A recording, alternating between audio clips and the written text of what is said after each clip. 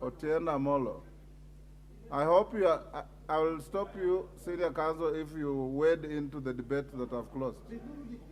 Give him. Thank you, Mr. Speaker. Mr. Speaker, as a member of parliament familiar with the rules, and as a lawyer, I respect the guidance you've given. I will not speak on that issue. My point of order is different. I see my friend, the Honorable DIDMUS BARAZA, wearing a garb on his head, which I believe is unparliamentary. I believe the rules have always been, unless it changed today, Mr. Speaker, that you are only allowed to wear a garb in your head if it is religious. I do not believe that the red herring the Honorable DIDMUS BARAZA is wearing is a religious one. And therefore, Mr. Speaker, I urge that you guide him and others who have been similarly dressing like him.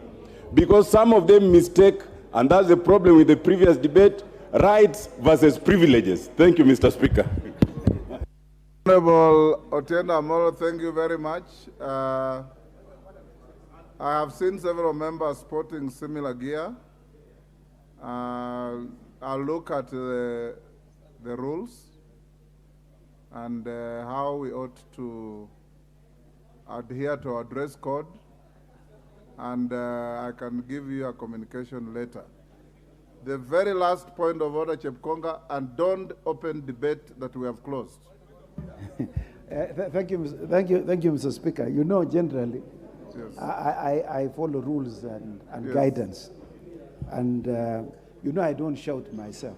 I rise pursuant to Standing Order number 83, Mr. Speaker. Mr. Speaker, I'm very concerned. The reason why people are shouting here is people stand on a purported standing order. Point of order. Point of order. Mr. Speaker, Standing Order number 83, let me read it for the benefit of members here. And I'm hoping that whoever sits on your chair, Mr. Speaker, will enforce this. We cannot purport to be ignorant of what the law says. We approve our own standing orders, and then we come here, putting up our hands, shouting at the Speaker, and then you say I rise on a point of order. Mr. Speaker, let me just read Standing Order point number 83. Any member may raise a point of order at any time during the speech of another member, stating that the member rises on a point of order, and that member, Mr. Speaker, I must emphasize, shall, it is mandatory, be required to indicate the standing order upon which the point of order is based. Mr. Speaker, if somebody rises on a point of order and he doesn't quote any, I expect whoever sits in your speech, whether yourself or the Honorable Wangare here, should rule that person out of order, should sit and look for what is the standing order in which they are standing on. The reason why we become unruly, we even sabotage the debate in this House, Mr. Speaker, is because people don't know what standing order they are standing on. Mr. Speaker, Article 150 of the Constitution states very clearly, there shall be debate, there shall be freedom of debate and speech. And that speech, Mr. Speaker, is guided by the standing orders of this House. Absolutely. And these are our own rules. If you think that these rules don't matter, just bring a motion and we expand the rules, Mr. Speaker, so that we become a lawless debating chamber. I thank you, Mr. Speaker. Thank you, Honorable Chepkonga. You have said what the Speaker would have said. Standing orders are here to guide our debate. The only variable sometimes, Honorable Chepkonga, is that sometimes a member on the floor is visibly out of order, and it becomes innocuous to ask a member which standing order when you can see that the member is veering off the standing orders. So sometimes we exercise that discretion. But what I want to urge you, particularly my brother from Budalangi, that I encourage you, when you have a point of order, even before we came to electronic gadgets, all a member needed to say was point of order and sit down. And the Speaker will listen and give you a chance. And normally when a member is on the floor, when another member calls a point of order, the one on the floor stops talking and sits down and waits for the point of order to be prosecuted.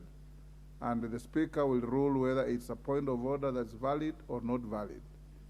But when we see the bad example I've seen in my brother from Budalangi, not only shouting, but also gesturing at both the chair and the member on the floor, and uttering sometimes words that are not very palatable, it is not very good. I want to encourage my brother Wanjala, you are senior. There are juniors here who want to learn from you. And I don't want them to learn the bad things, I want them to learn the good things from you as a senior, so that we keep on mentoring our juniors to move together with you who have been here longer. Lillian Kogo. Farah, I'll give you after Lillian. Please don't open any debate on Sabina Chege. There's no motion on Sabina Chege here. I'm well guided, Honorable Speaker, Papa. And I must stand here, Honorable Speaker, to commend you on the way you have conducted the dissidents in the House this afternoon. And as a Member of Parliament who is doing her second term, Honorable Speaker, I've been here for 5 years, and I was graced to get another 5 years. This is a House of elected representatives, Honorable Speaker. And when members want to start insinuating and attacking the personality, the orientation, and how certain gender looks, Honorable Speaker, it is despicable. We only have elected representatives in this House. And Honorable Speaker, for one to be locked behind this door to be called a member of National Assembly, especially for a woman member, Honorable Speaker, it costs more than enough if it is not for the life of that particular woman. I beg you, Papa. There is a tendency that is coming up in this House of members wanting to entertain the House using the gender of the woman. And this we will not allow as women leaders of this country. Honorable Speaker, when a member takes time to say, don't look my direction, I do not want you. This is not a house of wanting each other. This is not a house of sexuality, Honorable Speaker. This is not a house where people want to come and talk about sexual insinuations, Honorable Speaker. Kenyans are looking up to us to debate on matters that are current, to debate on matters that affect the nation, to move the nation forward, and not to talk about sexuality, Honorable Speaker. You made your point, Lillian. I thank you. I thank you, Papa. Farah, what is your point of order?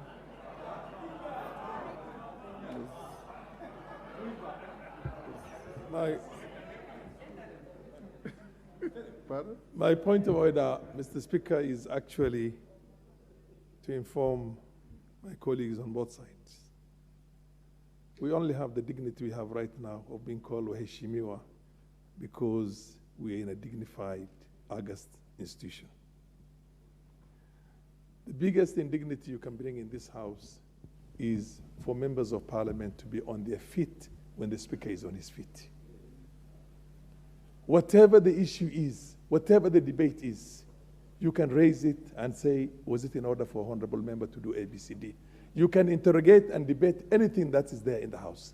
But for God's sake, when the chair stands and the Speaker says order, you can't have both sides of the House here pointing fingers at one another and behaving like this, I don't know, in a football match, in the FA, in UK and other places, because in Africa, we don't even do that.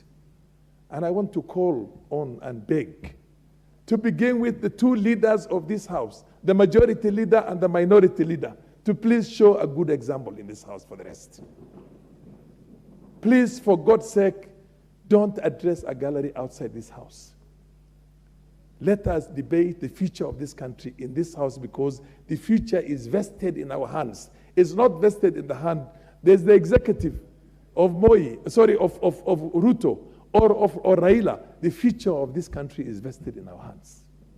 We are the ones who will determine how this country is going to govern for posterity. So for God's sake, more than anything else, when both sides rise and the speaker is on his feet and you're pointing fingers at one another, led by none other than the leaders of the House on both sides, that is a very bad example. The speaker says, ordinarily, he would not want to spend that. Personally, having had an experience as a deputy speaker, I would not hesitate to send everybody out of the House, if not for another reason, to maintain the